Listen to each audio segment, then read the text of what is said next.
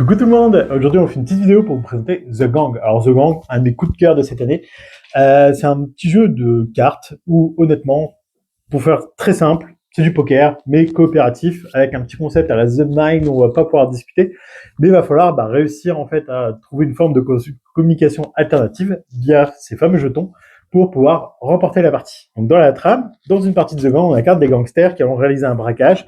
Le but du jeu, c'est de réussir plus de braquages, donc c'est-à-dire 3 braquages, en réussissant à retourner les cartes dorées, plutôt que d'enclencher 3 fois l'alarme, parce que sinon on part en prison et la partie est perdue.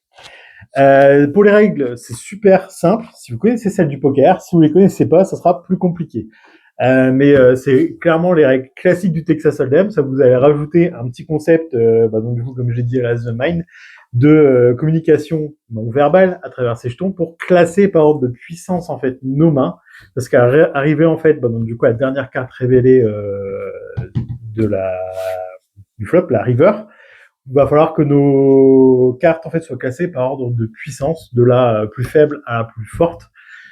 Sinon, la partie est perdue, tout simplement. Enfin, le braquage est raté. Donc pour ça, en fait, au début de la partie, on distribue 2 cartes à chaque joueur. Hop, je vais distribuer et puis révéler les cartes, comme ça au moins, je vous fais un petit tour rapidement pour vous montrer comment ça fonctionne. Hop, et donc du coup, les joueurs vont devoir se classer, là en l'occurrence en utilisant que les jetons allant de A à 3 pour la puissance donc du coup de leur main.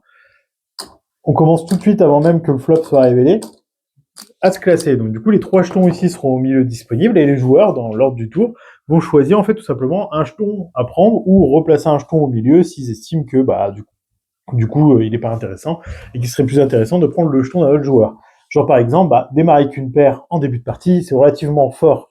Donc du coup, le joueur ici prendrait assez facilement le 3. Imaginons ici, valet, pareil, 10, c'est quelque chose d'assez puissant, surtout que ici, c'est tous les deux en carreau, donc du coup on a une couleur déjà mise. Le joueur ici, donc du coup, va prendre le 2.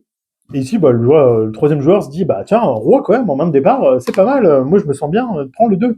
Donc du coup, il peut aller récupérer le jeton, du coup, numéro 2, et estimer, donc du coup, s'il va y avoir derrière consensus entre les joueurs, en se prenant les jetons, ou donc du coup, ce concept à la The Mind, à savoir se situer. Donc du coup, après, moult échanges de jetons au milieu de table, ils finissent par se casser. Et donc du coup, ici, on va tirer, en fait, les 3 prochaines cartes. Et là, du coup, on se retrouve dans la situation où, effectivement, là, la main qui était puissante, donc du coup, avant même que le flop soit révélé, se retrouve un peu moins puissante, vu qu'on a connaissance des cartes, comparée à celle-ci. Et là, les joueurs, eux, il ne faut pas l'oublier, jouent face cachée. On ne connaît pas les cartes des autres joueurs. Donc, il va être important, en fait, donc, dans la deuxième phase, de situer, hop, du coup, là, on prend les jetons jeunes. D'une autre manière, donc, on va dire que, par exemple, ici, les joueurs sont répartis, peut-être plutôt comme ça. On va continuer, et ainsi de suite. Là, ça va être les jetons orange. La répartition, en fait, donc du coup, on va dire que là, le joueur arrive à batailler, il se dit, tiens, il y a un certain as, mais j'ai toujours une paire de rois, c'est plutôt pas mal.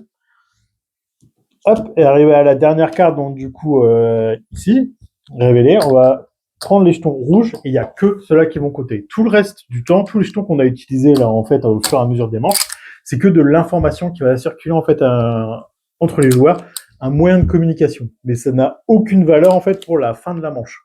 La fin de la manche, c'est vraiment le classement, en fait, ici, du coup, des différentes cartes, qui va avoir de l'importance. Du coup, imaginons, là, on va prendre le cas de figure où normalement on est relativement bien classé si j'ai fait les choses dans le bon ordre. Les joueurs, en fait, vont révéler. Hop, le premier joueur, donc du coup, va se révéler. Là, ici, on a un 7, un 8, on n'a pas de 9, donc du coup, on n'arrive pas à avoir la suite. Il y aurait eu un 9 qui serait tombé, ça aurait été super fort. On n'a pas de couleur parce que on n'a que 3 carreaux, donc du coup, on joue tout simplement à la carte haute. Ici, on va avoir donc du coup, boum, notre fameuse paire de 6. Donc du coup, là, même concept, on n'a pas de 5, on n'a pas de quoi faire une suite, on n'a pas un 6, un troisième 6 qui permet de générer un brelan. Donc du coup, hop, on joue simplement la simple paire. Ici, on a notre fameuse paire de rois, donc qui a le classement en fait est cohérent. C'est eux qui l'emportent. Et donc, boum, on réussit notre braquage. Pour la prochaine manche, on reprend tout simplement les cartes, on rebat le tout, on distribue 2 cartes par chaque joueur, on est reparti pour un tour. Ça, c'est la version de base du jeu, en sachant que donc, du coup, vous devez réussir vos 3 fameux braquages. Vous avez une petite variante avancée qui est assez sympathique, qui va faire qu'à chaque fois que vous allez réussir un braquage, vous allez tirer une carte ici qui va vous rapporter un petit malus en fait au final, une petite difficulté en plus pour réussir le prochain, alors qu'au contraire, à chaque fois que vous allez activer une alarme, vous allez récupérer un petit bonus en fait qui va vous aider à au contraire réussir là pour le coup le prochain braquage. On l'a bien poncé parce qu'on a beaucoup aimé. Beaucoup plus simple à peu de joueurs. Enfin, 3-4, c'est beaucoup plus accessible qu'à 6. Et super important, enfin, quand on a des joueurs qui connaissent pas du tout le poker, bah, de bien se référer en fait à cette carte-là et leur laisser le temps en fait d'assimiler, parce que autant c'est très instinctif, intuitif quand on a l'habitude de jouer au poker que quand on n'y joue pas, c'est plus complexe. Voilà. Donc du coup, c'était The Gang, un petit jeu qu'on vous recommande fortement parce qu'on l'a beaucoup aimé. Bonne journée à vous.